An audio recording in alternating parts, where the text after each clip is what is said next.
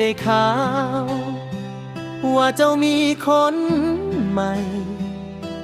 เขาดูแลเจ้าได้ดีกว่าอ้ายเคยเฮ็ดไว้ ใจมันเวียววูเหมือนลมหนาวพัดใส่ข่าวดีของเจ้าแต่เป็นข่าวหายของอ้ายเขาคงสิเฮ็ดให้เจ้าหัวเราะทุกวันบอกคืออ้ายคนนี้ที่มีแต่ความฝันอยากสิห้องหาแต่ต้องยิ้มฝืนไปยินดีนำเด้อถึงสิปวดใจหลายหักที่เคยมีวันนี้ต้องปล่อยไป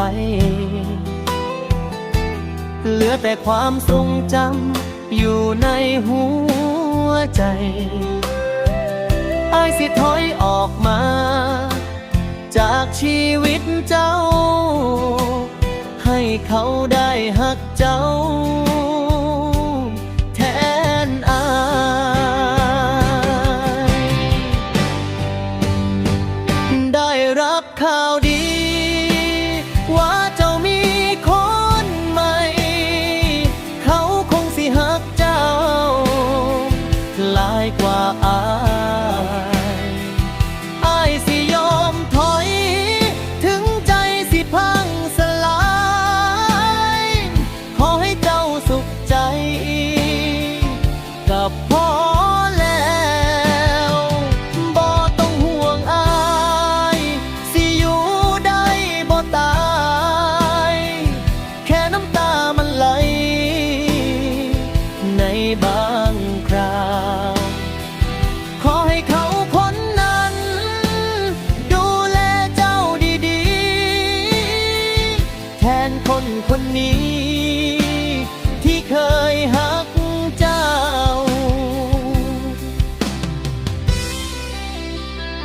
รูปเก่ายังอยู่ในมือถืออ้ายเปิดเบิ่งทีไรน้ำตามันก็ไหลเสียงเจ้าที่เคยเว้ายังกังก้องใจแต่มือนี้มันสายเจ้าไปไกลแล้วถ้าหากมือใดเขาเอ็มให้เจ้าห่องหายให้นึกฮอดอ้ายที่เคยอยู่ข้างๆแต่ก็หูดีว่าคงบ่มีวันนั้นย้อนว่าเจ้าหักเขาหมดใจ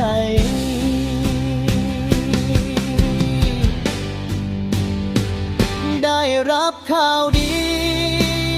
ว่าเจ้ามีคนใหม่คำว่าเฮาสองคนจบลงแล้วอ้ายสิเก็บฮักนี้ไว้ในใจผู้เดียวบ่สิรบกวนชีวิตเจ้าบีขอให้โชคดีเดินทางดีเด้อลาไปสิยืนมองเจ้าจากตรงนี้ถึงเสียงหักแต่ต้องยอมเข้าใจว่าอ้ายบ่แม่นคนของเจ้าอีกแล้ว